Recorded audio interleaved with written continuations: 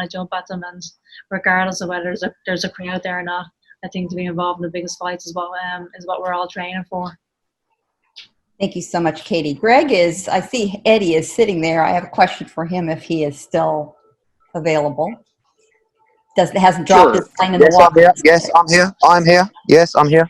Thank you, Eddie. It's similar to what I just talked with Katie about. Do you see that the women have really stepped forward to make the big fights and seize the advantage during this pandemic where perhaps some of their male counterparts have not? Yeah, honestly, it's so refreshing in women's boxing where genuinely the best want to fight the best. I mean, it was only, 6 weeks ago where, Amanda Serrano decided she didn't want to fight Katie Taylor.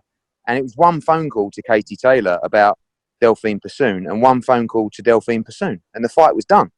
A little bit of money talk, but there seems to be, a real desire to create a legacy and fight the best. And listen, that's always been the case with Katie Taylor. Since the day that I met her, she's just been purely driven to be the greatest she can be, to be the undisputed champion and to make her mark on the sport. But everybody's following suit. People are trying to unify. People are trying to become undisputed. People are trying to move up weight divisions to get the biggest fights possible. And I think there's incredible momentum now with women's boxing. And you are right, through the pandemic, all kinds of opportunities are created in many different ways. And I think one for women's boxing where, you saw Michaela Meyer headline a card on ESPN the other day. You saw Terry Harper over here headline a card on Sky Sports and DAZN. So, Brackhouse and McCaskill last week, and now the biggest of them all, Taylor against Persoon. So it's a fantastic run for women's boxing, and we're backing it more than ever. Thanks so much, Eddie. And we could argue that Harper Jonas was the fight of the year so far. Certainly the pandemic fight of the year. Thank you all. Good luck, Katie. Yeah. Thank you. Great, and we can throw it to Terrell next. How you doing, Katie? Can you hear me? Yeah, I can, Terrell. Thank you. All right.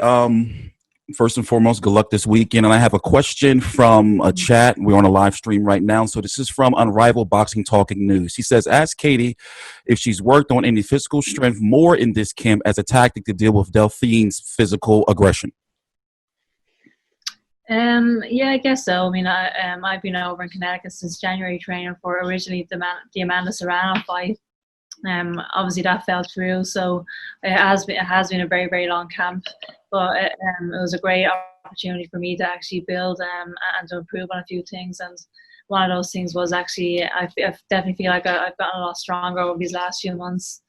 That's one of the things I definitely have worked on and improved on. So hopefully that will come true on Saturday night.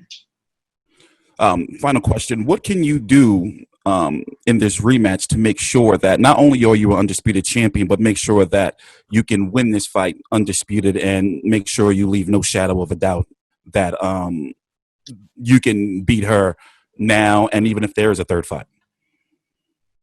Yeah, I mean, I feel I definitely the last fight was obviously very, very exciting, but probably a bit too exciting for my liking.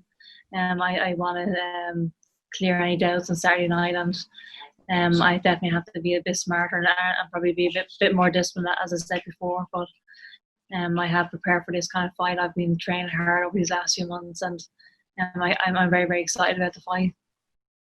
All right, thank you. Good luck on Saturday. Yeah. Thanks so much.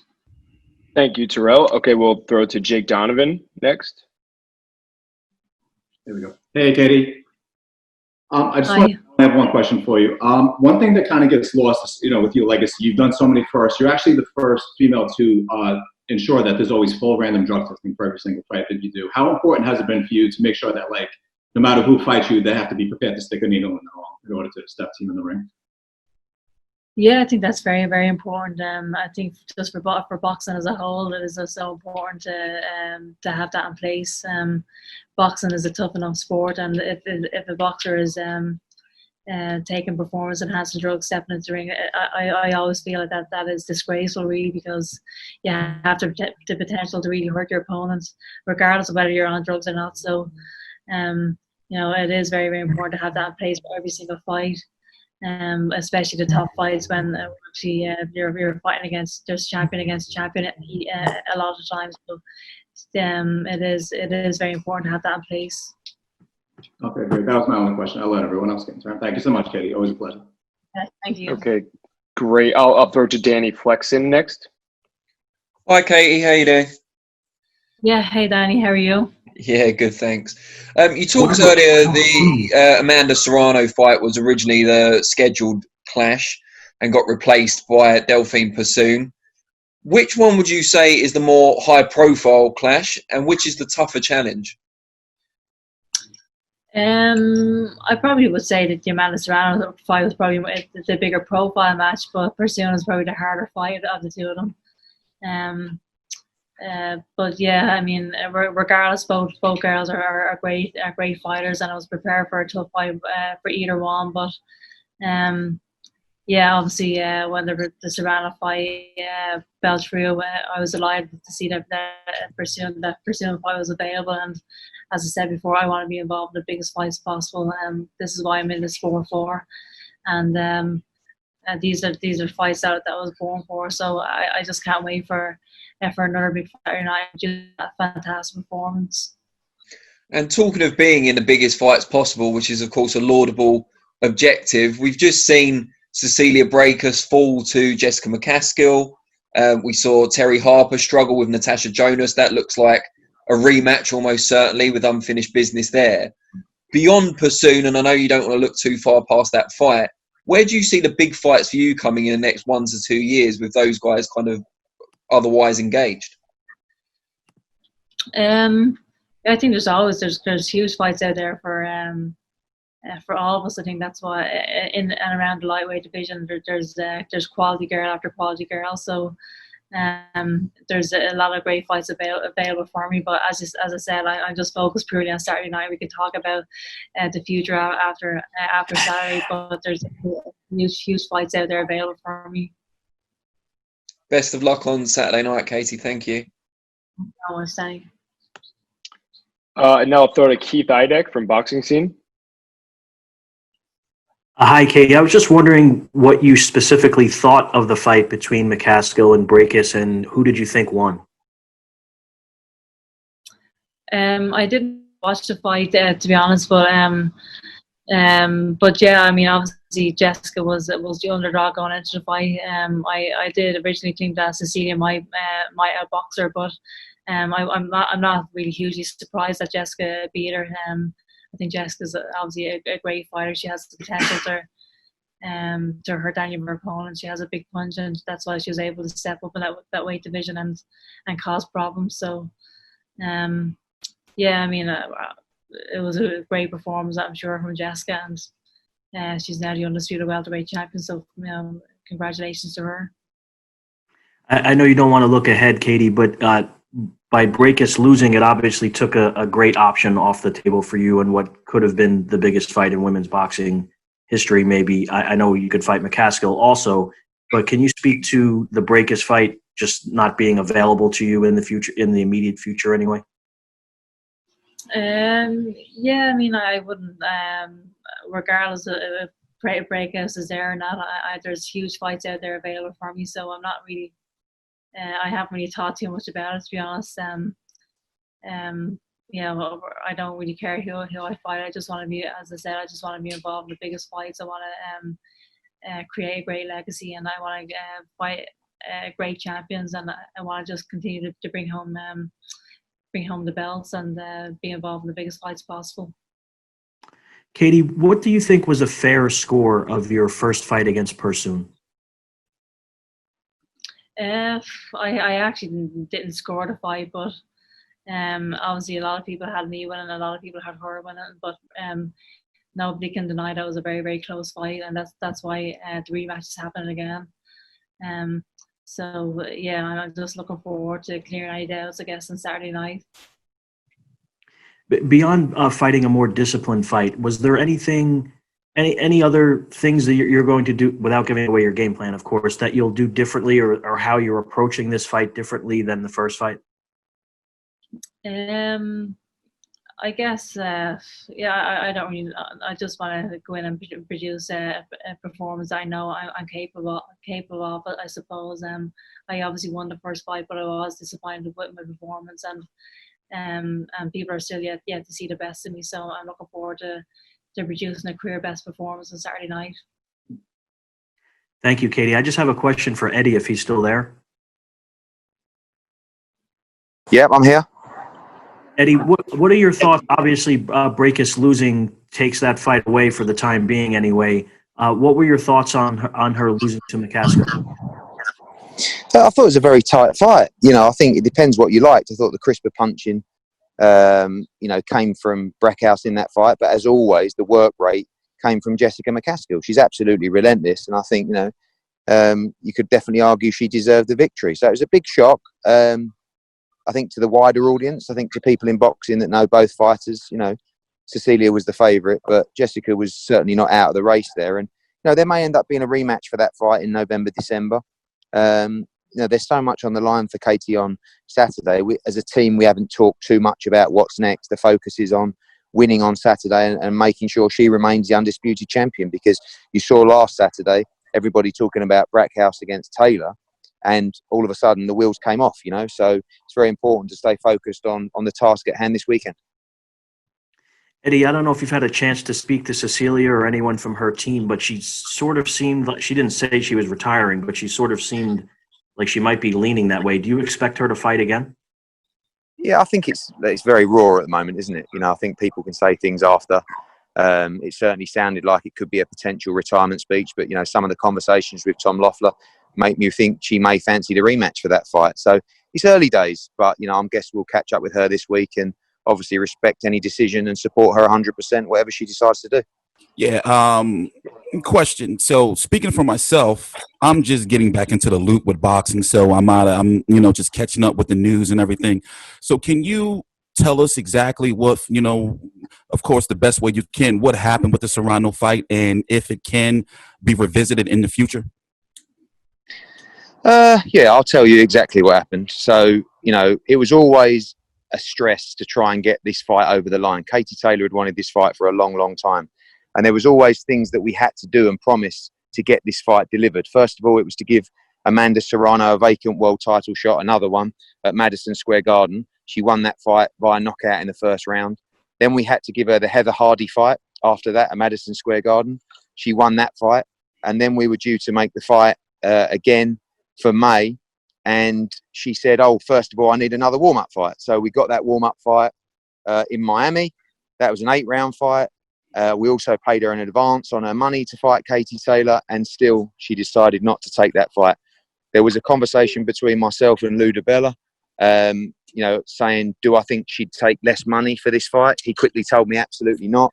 We remained in line with the contract. We offered her full purse. We gave her a new date, and she decided to try and go on a reality TV show instead, which we quickly had to act on as well. So it was hugely disappointing, not just because we didn't get this chance to see Serrano against Taylor, but because of all the things we had to do to get her the fight in the first place. I felt a little bit conned, if you like, by giving her all these fights and these warm-up fights and these advances and stuff like that. So very disappointing, but I'm just so happy we have a fight that has much more attention in Taylor Persoon too, because we've seen what happened in the first fight. So they deserve a huge amount of credit. And we'll see what Amanda does in the future. Right now, I think the way I feel, I think probably Katie feels the same way, is that we feel that, that we've wasted so much time on that fight over the years. We just want to focus on the fights that are possible and the fights that don't disrupt Katie Taylor's career. All right. Thank you. Gavin, you have a question for Katie. Yeah, cheers. Apologies, Katie, you haven't gotten rid of me yet, but hopefully you'll be wrapped up soon. I know, ahead of the last fight with Persoon, there was an undisputed title fight. So certainly in Ireland, the temptation, I think, among boxing fans or even sports fans and probably media as well, was to compare it to 2012 in your Olympic final. Kind of the questions you were getting were where does it equate to it, and is it as big and so on? Is it as significant? And apologies that I'm kind of doing it again in a way, but just within the context, I guess, of this being a rematch and the fact that the first fight was so close. It seems as though for a few years people were talking about there wasn't kind of enough jeopardy in your fights, that you were winning quite easily, and suddenly you're going into a fight where if you were to lose, which is something I'm sure you're not contemplating, so many people in the world of boxing are going to be like, yeah, she wasn't what she was made out to be. She probably lost the first fight as well. Persoon is just better. Like, do you feel the kind of added jeopardy to this one? There's kind of a legacy on the line here without meaning to put you under too much pressure. Yeah, I guess so. I mean, I go into every fight knowing that there's a lot to lose, I guess, and I want to secure my legacy, and I want to be the best of all time. And these are the kind of fights that they're going to secure my spot as the best of all time. So these are the fights that I was born for. These are the fights that I absolutely want. And the first fight was very, very close. And obviously the second fight, I hope to clear any doubts and to win a lot more convincingly. And this is what I've trained for really since that fight, since the first fight happened. And I've been in Connecticut training for a huge fight since January. So I feel more than ready for this. And as I said, these are the kind of fights that I absolutely want, and these are the kind of fights that I love. When you win a fight like this, particularly in June when it was so close, and probably even going back to that Ochagava fight in 2012 as well, how much of it is about actually kind of enjoying it, or how much of it is relief? Because like you've built it up so much in your own head, obviously in preparation for it. Is it kind of a sense of relief to have gotten over the line, or can you actually enjoy the moment? Yeah, I think it's probably a bit of both, really. It's relief and joy when you win a huge fight like this. I can't say that. I mean, the fight week is always a very busy week with interviews and press conferences and stuff like that. But the thing that I look forward to most is the actual fight itself. And as I said, I've been training for months for a huge fight, and I just can't wait to step in there and produce, as I said, a career best performance. And I mean it this time, it'll be the last one for me. But the fact that you had several rematches in your amateur career, I mean, you would have fought some opponents probably 7-8 times by the end of it, and high caliber opponents at that. Whereas with Persoon, she had a rematch or two early in her professional career, but doesn't have that amateur background.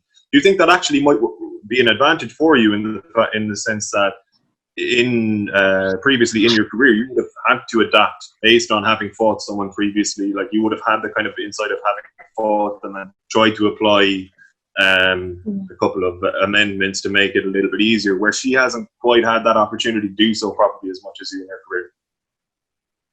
Yeah, I think it's always good for each fighter. We've obviously already experienced each other's style in the ring, and like you said, you can adapt and you can adjust. And I am very, very used to that, as you said. But I guess it can be an advantage for both of us. We have seen each other already.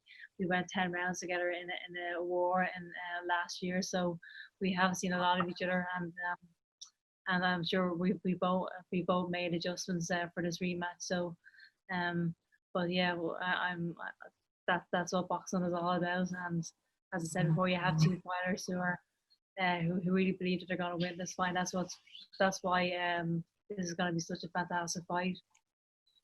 Thanks, Katie. Best of luck. Yeah. Thanks, Gavin.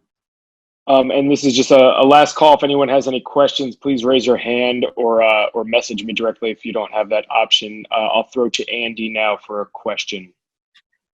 Hi, Katie. Obviously, going into the fight with Delfine this time round, what do you expect from her? What do you think she will bring? Do you expect it to be a similar style to the first fight, or do you think she will look to adapt and change to how you guys previously fought? I'd say you're probably going to see probably a similar style to what we've seen before. She's very rugged and very aggressive and relentless, and that's what I expect on Saturday night. It's going to be a very, very high-paced fight, I think, but as I said, I'm ready and prepared for that kind of fight. So you've been in camp for a while now. You was originally preparing for Amanda before all of that happened, and now Delfine stepped in. Delfine, I don't really know what her backstory is, whether she was training or not, preparing for a fight. But do you feel that you do have that extra advantage with, a bit more preparation time to get ready for this fight? And do you think that will pay dividends come this Saturday? Well, I don't think. I think she, as a professional boxer, you should be in the gym all the time anyway. Where we are, this is what we do, and she had plenty of time herself. I think she had 7 weeks in preparation for this fight. So, well, when she got the call, so we're both going into the fight 100% prepared on Saturday night. So, may the best boxer win. Thanks, Katie.